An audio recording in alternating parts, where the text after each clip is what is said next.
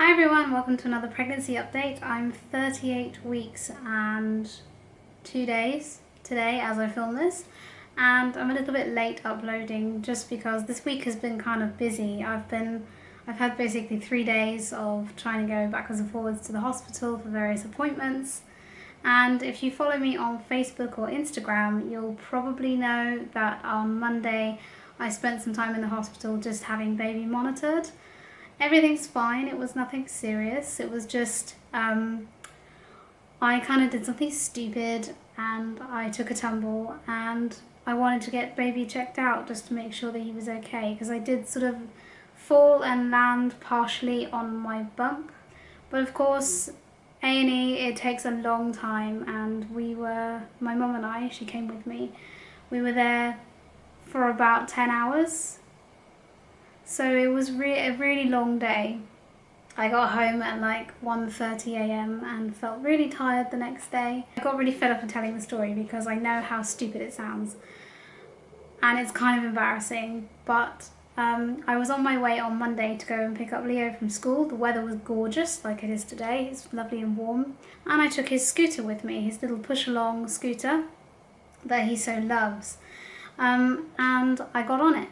Just as I left the house, I thought I'll get on it for a bit, just go down the gentle slope and, make up a little bit of time, go a bit faster. And what happened was that I started to go down this gentle slope towards the main road, and I picked up speed, obviously, because that's how physics works. And I tried to find the brake with my foot, and unfortunately I think I couldn't find it for some reason. I'd missed it. And obviously I was continuing to go faster, and all the time that I was trying to find the brake. So I just tried to hop off like I've done before. And I think I was going a lot faster than I thought I was, because I just absolutely face planted on the pavement and scratched myself up pretty good. Some on the side of my hand there, and I did get my lip a little bit, but actually that was really not bad. I bumped my head a little, but you can't see it. It's just like I can feel that it's bruised, but you can't see it. And then obviously the back of my hand, my elbow, and then there's some on my knee as well. So I was in quite a state. And I've also got some grazes on my front as well. So yeah, it was pretty embarrassing to get checked out for that, because everyone's like, what are you doing on a scooter 38 weeks pregnant, and it's like the only excuse I have is that I had no way of knowing that was going to happen. It's never happened to me before. Even in pregnancy, I am a competent, well-coordinated, nimble person.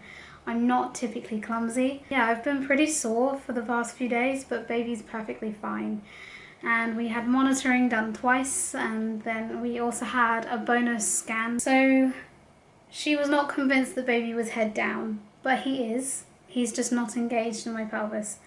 And I was reminded that he may not engage this time around, which obviously that is probably my biggest fear, and it plays on my mind an awful lot, that he won't engage, he won't come down, and the vaginal birth won't be possible. But I'm trying to remain positive, and I'm doing all sorts of things that I can to help him engage during labour. I scoured the Spinning Babies website and I printed off some techniques that should help, and I can use during labour, that should help him engage into my pelvis, because once he's in there, then I stand a better chance of getting him out. And I think that this is going to be the biggest obstacle in terms of actually getting him to come out. I had an appointment on Tuesday, so very tired, feeling sore and very, very not with it. I had an appointment with a consultant obstetrician, and he was very nice, he was very pleasant but straightforward, but he wasn't pushy. So he didn't mention an elective cesarean, which I was really pleased about.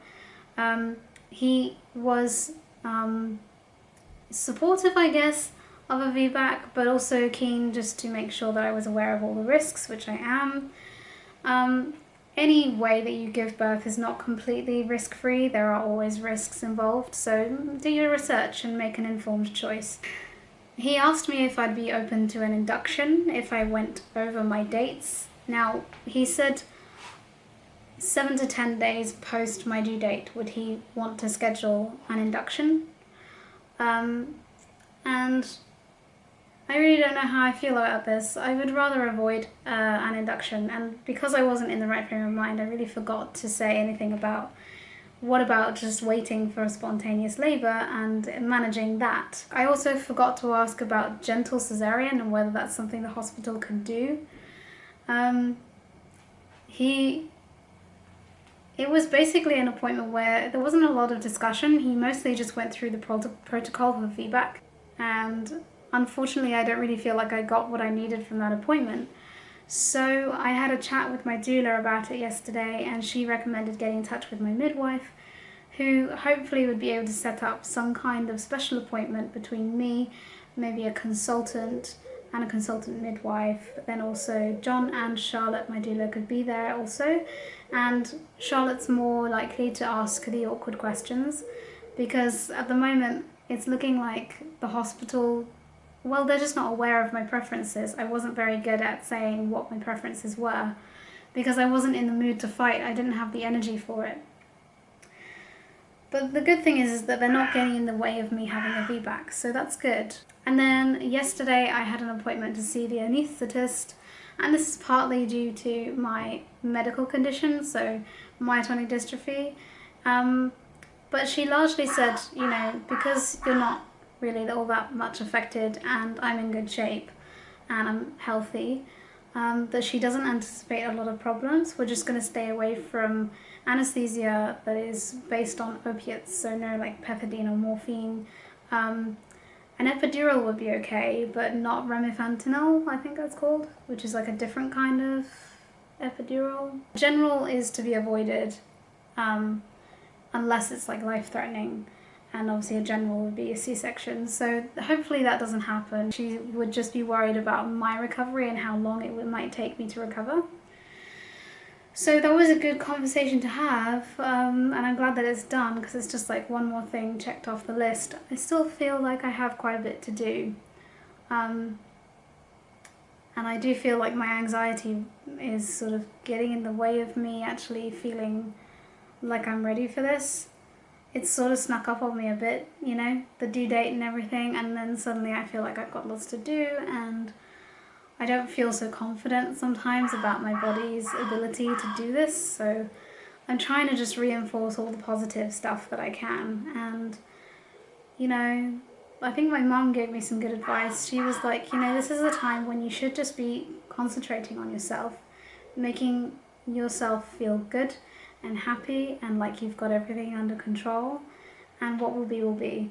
So I am trying to just take a step back from it, be proactive, make plans, you know, and get on with it basically. I did do a little bit more colostrum expressing, so hand expressing of colostrum, but I didn't get a lot more beyond that point. I've got about 0.5 milliliter stored up in the freezer.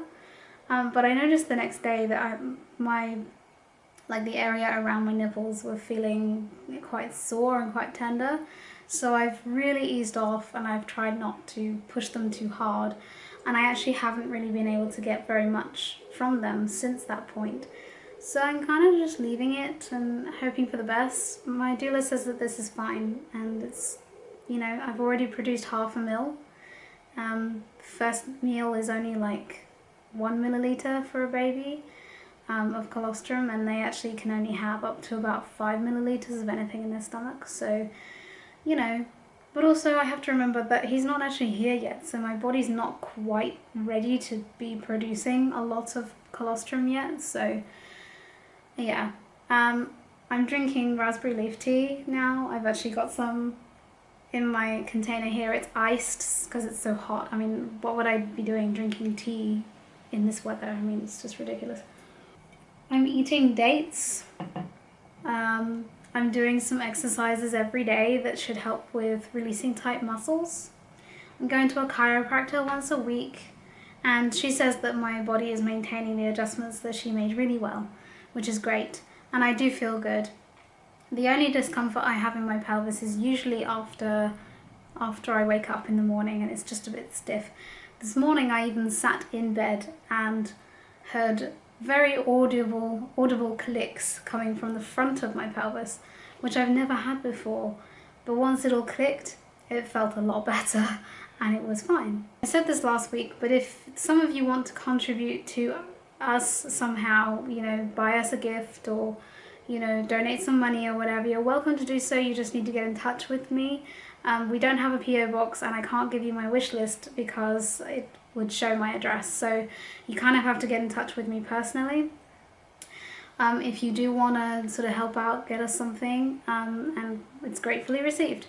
So I will wrap this video up and show you the belly, and I think then we'll be done. So it's warm enough for me to be wearing these little shorts, and I don't know if you can see, I have got a few marks and a little bit of bruising on the top of my bump. So yeah, this is 38 weeks pregnant with baby number 2.